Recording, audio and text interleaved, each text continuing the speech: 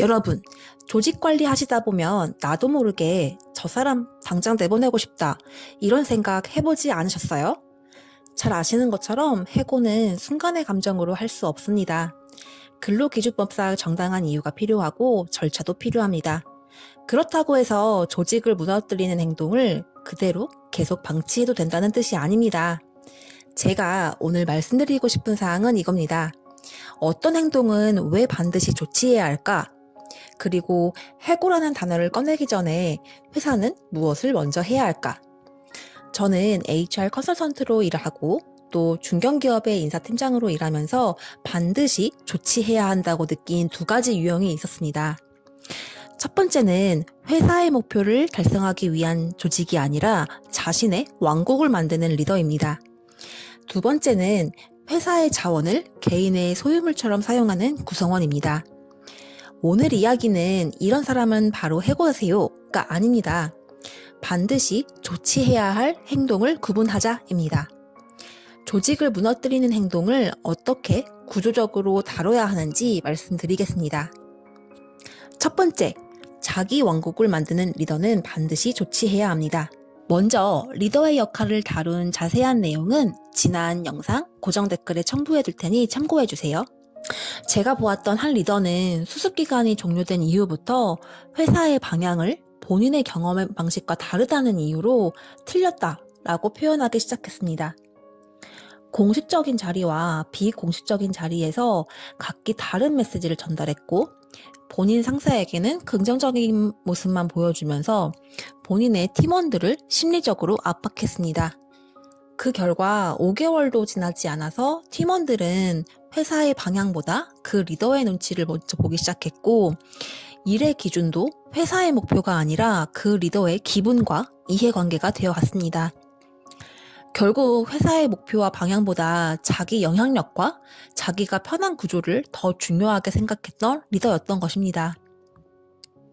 물론 리더가 회사 방향에 이겨낼 수 있습니다. 오히려 회사의 방향이 현장과 맞지 않을 때 건강하게 문제를 제기해야 합니다. 하지만 문제 제기와 조직 훼손은 다릅니다. 이견은 본인의 상사에게 공식적으로 제기하고 팀원들에게는 조직의 방향을 실행할 수 있게 정리해야 합니다. 이와는 반대로 상사에게는 좋은 말만 하고 팀을 자기 방식으로만 움직이게 만든다면 그건 리더십이 아니라 조직 리스크입니다. 이런 리더는 성과가 조금 있어 보여도 위험합니다.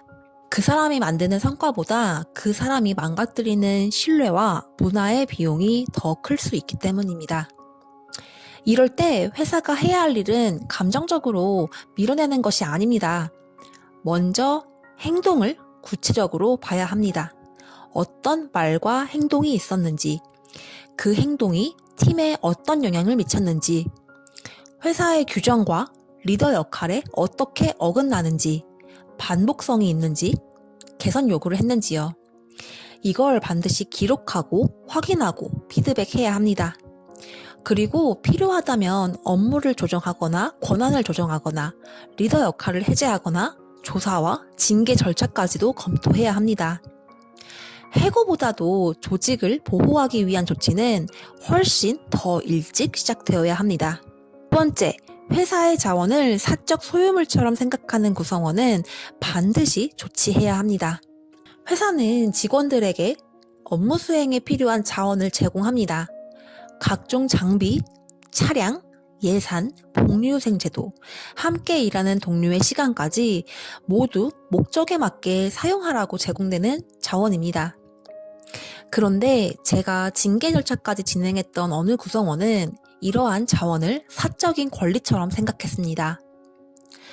회사 차량을 개인 용도로 쓰고 동료들의 도움을 당연한 지원으로 생각하고 복리후생 제도를 본래 목적과 다르게 사용했습니다. 문제가 지적되면 이런 식으로 반응했습니다.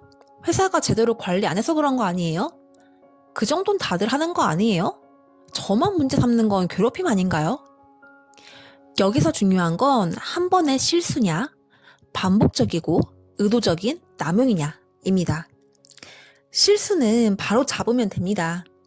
하지만 회사의 자원을 사적으로 쓰면서도 문제를 인정하지 않고 오히려 회사를 탓하거나 계속 자기 기준으로만 해석한다면 이건 단순한 업무 미숙이 아닙니다. 신뢰 문제입니다. 조직은 구성원이 회사의 자원을 일의 목적에 맞게 쓸 것이라는 최소한의 신뢰를 전제로 운영됩니다. 그 신뢰가 깨지면 성실하게 일하는 동료들이 먼저 흔들립니다. 나만 기준을 지키는 게 바본가? 회사는 왜 저 사람을 놔두지? 이런 생각이 퍼지기 시작합니다. 그래서 회사 자원을 사적으로 사용하거나 제도의 취지를 반복적으로 훼손하는 행동은 반드시 다뤄야 합니다. 이때 여기서도 중요한 건 절차입니다. 사실 확인 없이 몰아붙이면 안 됩니다. 누가, 언제, 어떤 자원을 어떤 목적으로 사용했는지 확인해야 합니다. 회사 규정이 명확했는지도 봐야 합니다. 사전 안내가 있었는지, 유사 사례에 같은 기준을 적용했는지도 확인해야 합니다. 그리고 당사자에게 소명 기회를 줘야만 합니다. 징계나 해고는 감정이 아니라 사실, 규정, 비례성, 절차, 이 위에서 판단해야 합니다. 그러면 회사는 어떻게 해야 될까요? 제 경험상 최소한 이 3가지 단계가 필요하다고 생각합니다. 첫 번째, 행동을 구체화해야 합니다. 태도가 나쁘다, 이기적이다, 조직에 맞지 않는다. 이런 말 위험합니다. 해석이기 때문입니다. 대신 행동에 집중해서 말해야 합니다. 회의에서 회사의 결정사항을 반복적으로 부정했다. 특정 구성원에게 압박성 발언을 했다. 회사 차량을 승인받지 않은 개인 일정에 사용했다. 복리후생 제도를 본래 목적과 다르게 사용했다. 이렇게 행동으로 구체화해야 합니다. 두 번째, 개선 요구와 기회를 줘야 합니다. 조직은 사람을 힘들게 뽑은 만큼 쉽게 포기해서도 안 됩니다. 기대하는 행동을 명확하게 말하고 개선 기간과 기준을 정하고 필요한 지원을 제공해야 합니다. 앞으로 잘하세요가 아니라 이 행동은 중단해야 됩니다. 앞으로는 이 기준에 따라 행동해야 합니다. 앞으로 몇 주 또는 몇 달 동안 이 부분을 확인하겠습니다. 이렇게 구체적으로 말해야 합니다. 세 번째, 조직 보호 조치를 해야 합니다. 개선되지 않거나 이미 조직에 심각한 피해가 발생하고 있거나 권한을 가진 리더가 영향력을 이용해 조직을 흔들고 있다면 회사는 보호 조치를 해야 합니다. 업무 분리, 권한 조정, 리더 역할 해제, 조사, 징계 절차, 마지막으로 근로관계 종료까지도 검토해 볼 수 있습니다.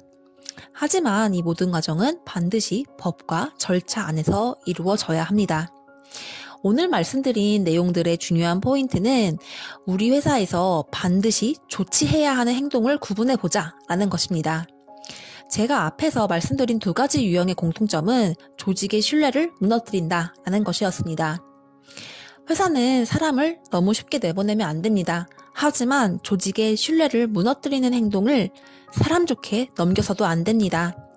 감정적인 판단이 아니라 구체적 행동, 기록, 개선 기회, 그리고 공정한 절차입니다. 오늘 이야기는 법률 자문이 아닌 HR 실무 관점에서의 문제 제기입니다. 실제 해고나 징계는 반드시 근로기준법, 취업규칙, 내부 규정, 그리고 노무 전문가들의 검토를 거쳐야 합니다. 여러분의 조직에도 성과가 있는 것 같은데 조직을 무너뜨리는 사람, 혹은 회사 기준을 자기 편한 대로 해석하는 사람이 있나요? 그럴 때 여러분은 어디까지 기다리고 어디부터 조치해야 한다고 생각하시나요? 댓글로 함께 이야기 나눠주시면 좋겠습니다. 오늘도 여러분의 조직 생활을 응원하는 사람과 조직 사이였습니다. 감사합니다.